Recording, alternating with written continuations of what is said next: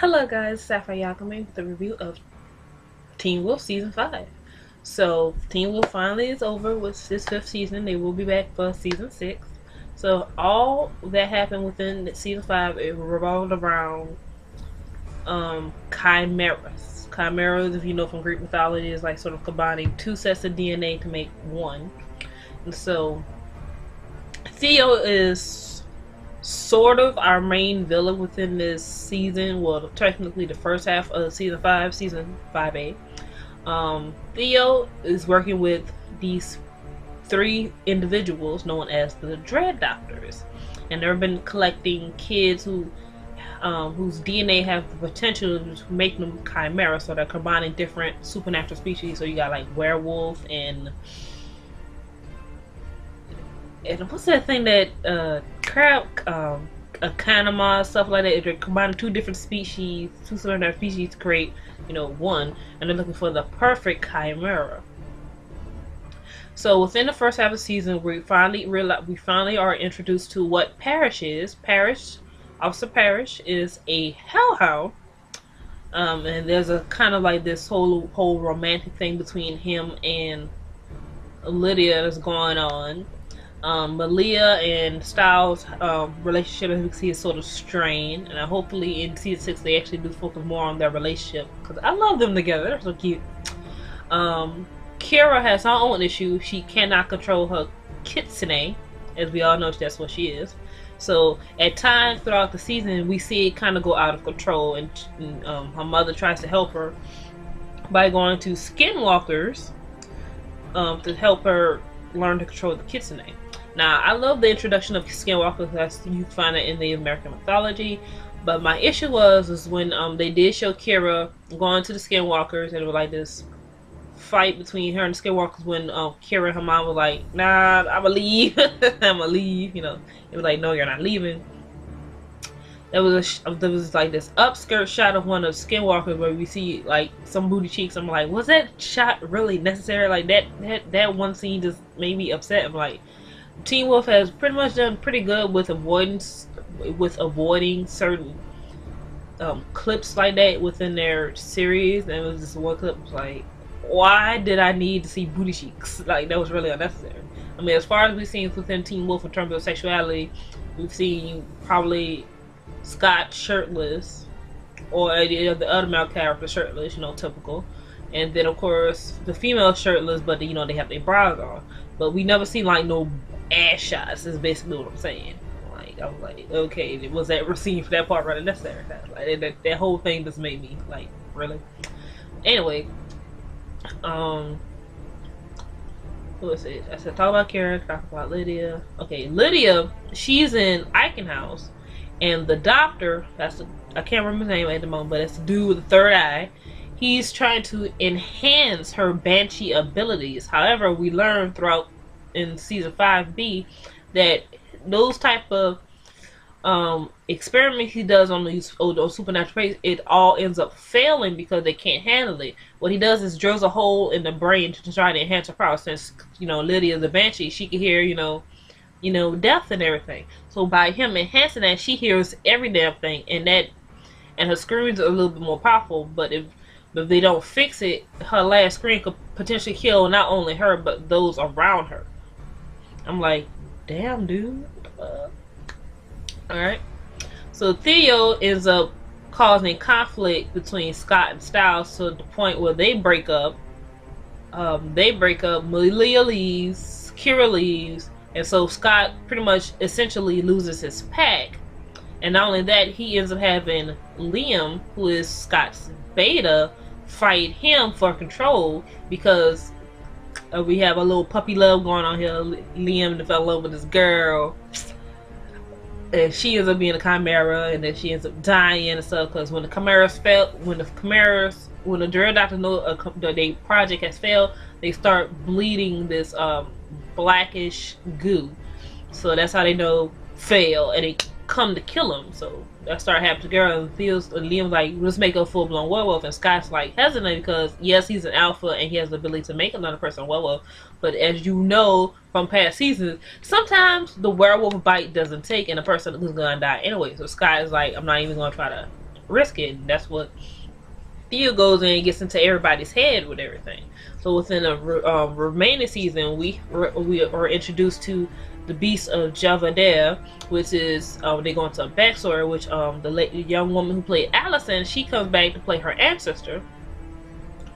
So it is told that, okay, they have this werewolf problem back in this little small town in France, and it is revealed that the Beast of Javadare, whose name is I think it's Jean. I'll probably get some of these names wrong, but please forgive me. Marie realizes when she discovers that her brother is actually the beast in which they're hunting for. He became the beast due to a situation that happened when he was in America, French-American War, and he drank from the water, which he wasn't supposed to, but he drank it, and now he's this beast, and he kind of loves killing. So she's been hunting her brother for these years until she finally kills him with this long pole with a spear, this long spear, and her blood. It kills him, and he's like, people will remember me. She's like, I'm gonna make sure nobody remembers you. So everything that had his name on it, they burnt it. And then she changes her name to Argent, which is why the Argents know about the story, because that's their ancestor. So they had to get back Gerald Argent, because obviously he had more knowledge about the Beast of Javadare than your boy.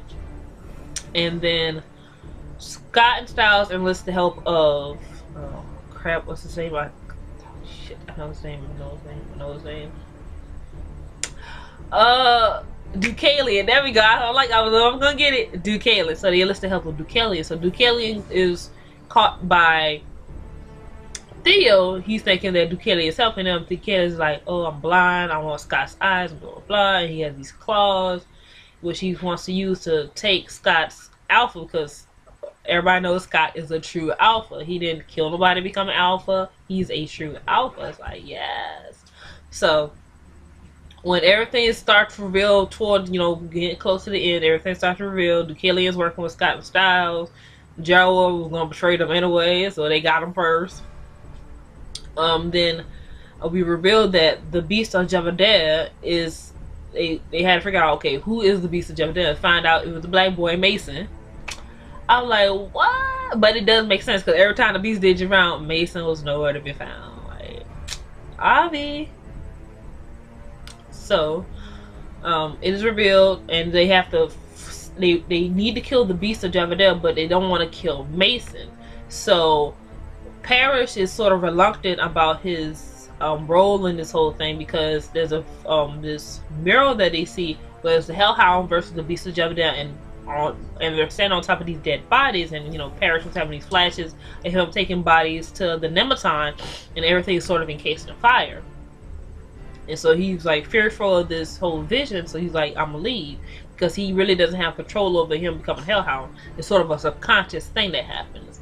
So Lydia tries to get him to,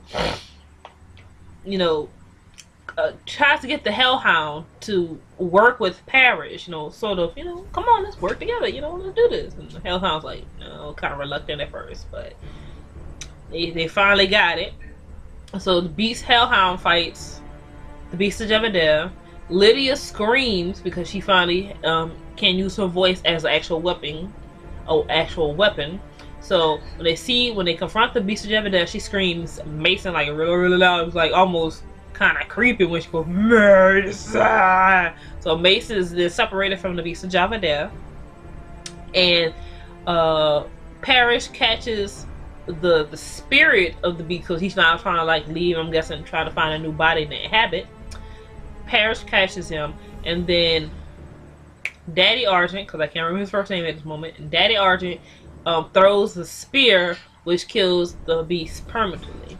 And so then we see Kira goes back to the Skinwalkers. Theo is gone. The way he left was fucked up, because Kira came back. She's like, hey, your sister has a message, and she takes her sword, stabs to the ground, cracks open. His sister comes out looking like the goddamn Grudge. I'm like, really? We had to go all grudgy with this? Like, I'm like, no, please don't, not the Grudge. So he's like, no, Scott, help me. I'm like, no, bitch, you done broke up his pack. You done killed your pack because you needed more power. No, you killed your sister to become a goddamn chimera. No, you deserve it. Karma, bitch. Go. So she drags his ass on the ground, the ground closes up. I'm like, that's a terrible way to go. And so then we see the aftermath of everything. Gerald's back where he needs to be sedated and everything. Kira went back to the skinwalkers to, you know, because her kitsune is still an issue. Still an issue. Parrish is hopefully still will be a deputy. I can't remember what happened to him. Scott's, you know, still down for the pack. Liam and his girl, they finally got her to be turned to a full-blown werewolf. So now the little puppy love is now official. Everything, they're so cute. So obviously, hopefully, she's a part of Scott's pack. So Scott's pack is just getting bigger. Lydia, she's doing good. And they said, from what I've read so far, they said in season 6, Stydia is going to be official. I'm like, no, fuck Stydia. Work on Stylia. You know what I'm saying? I mean, my whole thing with that is, okay, within... Okay, let me finish the review of season 5 before I get into that whole conversation, which I might actually just do a whole video on that or like a live chat, because that's going to be a whole conversation. Anyway, so season 5 was pretty good overall. I love the whole plot point of the chimeras and we seeing everybody issues. My issues with certain characters is like with Kira, in terms of Kira being that she's a person of color and she's on the show. Her ability of being a kitsune, I'm like, oh cool, kitsune, but I feel like we should see actually more about her and her ability, because I felt for like majority of this season, especially the first half of the season, I felt like Kira was basically this cute Asian eye candy for Scott's character. I felt that's all she essentially is at this point, is she's just sexy Asian eye candy. I'm like, her character needs to be developed more, because it's kind of like, okay, we got a cool Asian female character, she's a kitsune, and she's reduced to being Scott's sexy Asian female booty hookup. It's like, really though? Come on, can we get some more kitsune action up in here? Like, damn, come on. I mean, it's a cool freaking character, and I feel we don't even know much about it. So we know it looks fiery, and she could deal with electricity. And she wields a sword. I feel that's all we really actually know about her character, and of course, they could live a long time. I'm like, come on, more kitsune info. Come on, I want to see some more Kira kicking some ass. The thing with Parrish and Lydia, I'm guessing there was a connection between them because they're both of their supernatural species. You know, a banshee and a hellhound deals with the idea of death, so maybe that's why they were interested in each other. But I felt like that whole romance they was going with really didn't need to be. I really love the issue that they had with Styles, though, is when he kills one of the chimeras in self-defense, but the aftermath of it and how he was dealing with it, where he felt like he committed murder and he was afraid to tell Scott, which would allow Theo to come in and break them up, is he was going through this sort of moral conflict of, was it okay because he was literally trying to kill me, or I committed murder and killed a young man and everything. So I love seeing that with Dylan O'Brien, having his character having to deal with that moral conflict. Like, it was just like fun. I love seeing that. Also with Malia, we saw some sort of family dynamic with her. We finally got to start to see the Desert Wolf. And obviously the Desert Wolf, I said Devil Wolf. The Desert Wolf has no mother instincts whatsoever, and she feels like Malia had stolen from her, you know, her coyote abilities, which I thought was sort of interesting in terms of, you know, a family dynamic. Because you do have some parents that think that when they have kids, that kids have stolen something from them. when essentially you kind of gave it to them through birth. Certain things are just hereditary. But you do have some parents that feels like they have stolen something from them. If you think about classic Grimm fairy tales of especially when it comes to female individuals, like Snow White's whole story, if you think about it. Granted, the Evil Queen is not actually Snow White's mother, but it is also a situation between a woman who's supposed to be in this motherly position, yet she hates her stepdaughter because of one thing, of beauty. Same thing with Cinderella. The stepmother hates Cinderella because of her kindness and of her natural beauty, and her daughters don't have it. So you have the situation with Malia where you have a Deswolf. She's a strong female type character, but she felt her daughter stole something from her, and she is essentially trying to kill her so she could gain it back and beyond, So I thought that situation was interesting too. Who else characters? Interesting. Hopefully in also season 6 we see more of Argent, because he's kind of been absentee for a minute. Hopefully some more Argent. They say Derek Hale is gonna come back season 6 too.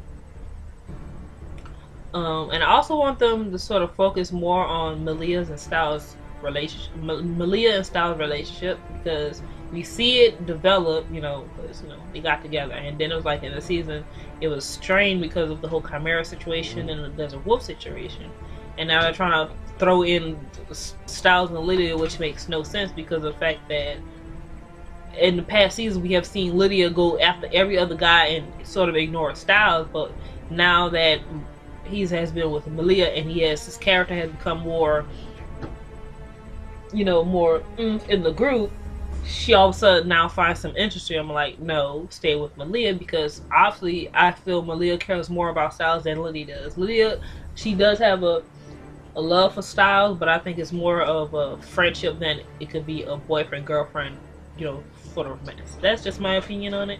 So comment, rate, subscribe. I will see you guys next season for season 6 of Teen Wolf, and see you guys later.